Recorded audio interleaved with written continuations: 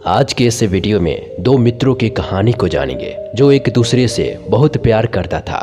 हम सभी अपने दोस्तों को बहुत चाहते हैं, उसके लिए किसी से मारपीट भी कर लेते हैं, वो भी हमारे लिए मारपीट कर लेते हैं। तो चलिए आज की इस कहानी में जानते हैं दो दोस्त को। दो मित्र थे, वो बड़े ही बहादुर थे। उनमें से एक ने बादशाह के अन्याय के विरुद्ध आवाज उठाई। बादशाह बड़े ही कठोर और गुस्सैले टाइप का व्यक्ति था। उसने उस मित्र को जिसने बादशाह के खिलाफ आवाज उठाई उसे फांसी का सजा देने को कहा। बादशाह ने जिस मित्र को फांसी सुनाई उसने बादशाह से कहा, आप जो कर रहे हैं वह ठीक है, मैं खुशी खुशी फांसी पर चढ़ जाऊंगा, लेकिन आप मुझे थोड़ा समय दीजिए जिससे मैं गांव जाकर अपने बच्चों से मिल लूं। बादशाह ने कहा, नहीं, मुझे तुम पर विश्वास नहीं है। उस समय उसका मित्र वहां पर मौजूद था। वह आगे बढ़कर कहा, मैं अपने दोस्त की जमानत देता हूँ, अगर यह नहीं लौटा तो आप मुझे फांसी दे देना। यह देखकर बादशाह चकित रह गया। उसने अब तक ऐसा कोई व्यक्ति नहीं देखा जो दूसरों के लिए अपनी जान देने के लिए तैयार हो जाए। बादशाह ने उनकी प्रार्थना को स्वीकार कर ली। उसे 6 घंटे का समय दिया गया। वह मित्र जिसे फांसी देना था, वह मित्र घोड़े पर सवार होकर अपने घर को चला गया और उसके मित्र को बंदी बना लिया गया।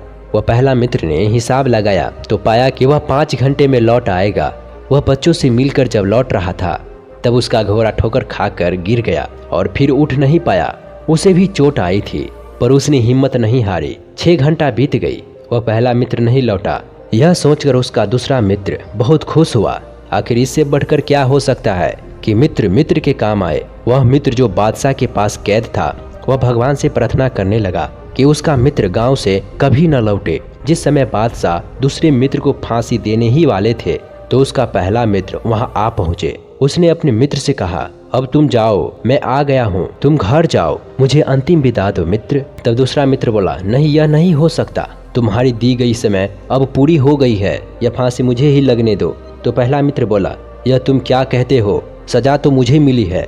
और इस बात पर दोनों लड़ने लगे। दोनों मित्र की मित्रता को देखकर बादशाह की आंखें नम हो गई। बादशाह ने उन दोनों को बुलाकर कहा, तुम्हारी मित्रता को देखकर तुम्हें माफ करता हूँ, अब तुम अपने घर जा सकते हो। उस दिन से बादशाह अपने राज में कभी किसी को फांसी की सजा नहीं सुनाई।